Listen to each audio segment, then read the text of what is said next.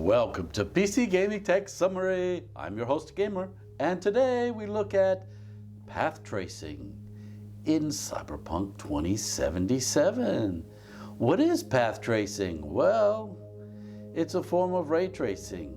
Ray tracing estimates where light rays are going to come and go. Rasterization is looking at one point of view, looking from one point, while ray tracing is from other points, okay? And path tracing is a new technology that, from what I've seen so far, it's not fully optimized and developed, and they have some improvements to make on it so that it can give you an equal amount of frames per second that ray tracing does. But the advantage of using path tracing is that you basically have it canvas the whole environment once, while with ray tracing there's layers upon layers of different effects. It's more time consuming. That's my understanding why people are so big on path tracing at the moment to get this developed. The NVIDIA graphics cards with the ray tracing cores, the tensor cores, which are artificial intelligence cores, rasterization cores, the CUDA cores, all the combination can help with this development. So today we're going to look at a 306012 gigabyte. Can we get it to work?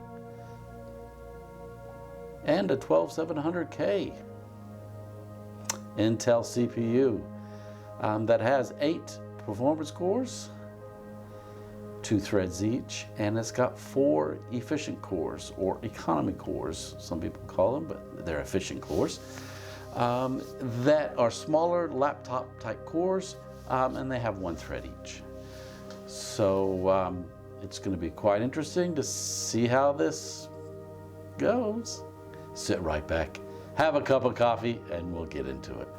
Well, the specs of our system today include an EVGA 306012 gigabyte XC, and we're running this underclocked at 80% power with VRAM overclocked at 200 megahertz plus 200 megahertz, and the core plus 120 megahertz. Now the 12700K is underclocked to 4.5 gigahertz. We're using an Asus Z690P Wi-Fi D4 motherboard for DDR4 memory, 2x16 gigabytes of GAMMIX D30 3200 C16, and our first result is 109 frames per second without any ray tracing on. Okay, so no path tracing, no ray tracing, just the max settings, and that's what we can achieve at 1440p. Now, if we have a look at the maximum settings that we're using, here we've got 1440p, we've got the NVIDIA Reflex low latency on, and we've got ultra performance DLSS going, and we also have all of the highest settings here. Psycho reflections and Psycho ray trace lighting on, so the highest settings there as well. Path tracing is off, and we get 70 frames per second, so that's all right. Next, we're going to turn on the path tracing, and we're going to have a look at our performance there. So again, with the maximum settings, we get 46 frames per second using path tracing. So there's quite a big difference between that method and using the standard ray tracing. So in the rest of this video, we're going to have a look at a few examples visually.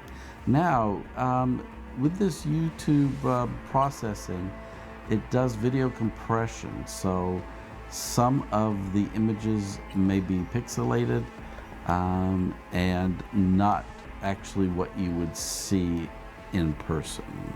Okay, but I have a few stills that we can have a look at. So with 4K ray tracing and path tracing turned off, you get 62 frames per second at 1440p, 109.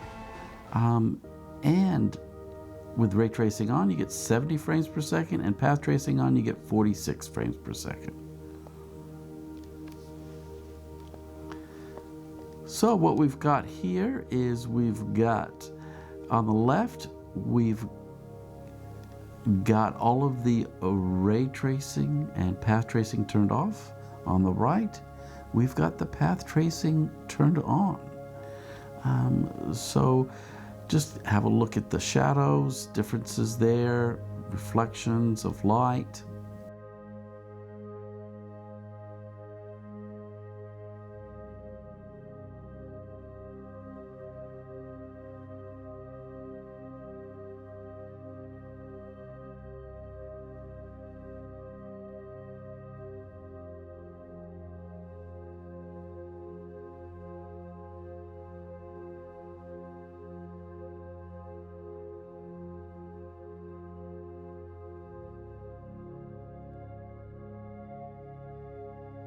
So in the puddle there, you can see a difference between the two.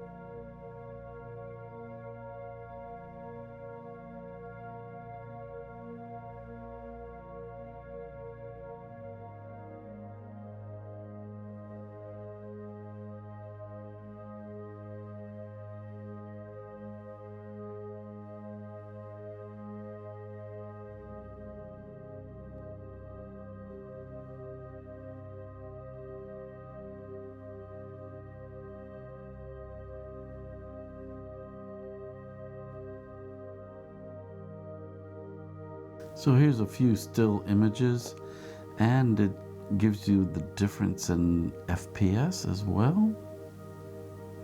Left is no ray tracing and no path tracing. Right is path tracing on.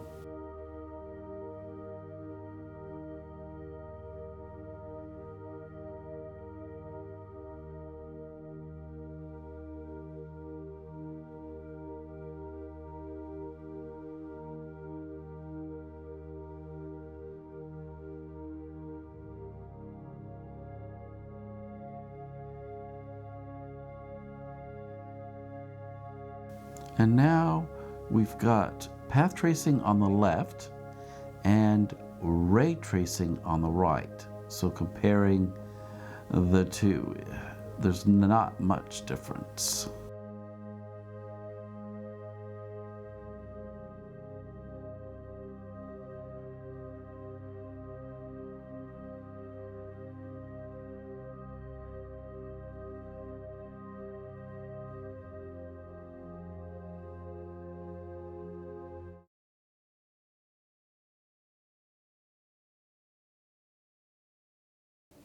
Thanks for joining us here on PC Gaming Tech Summary.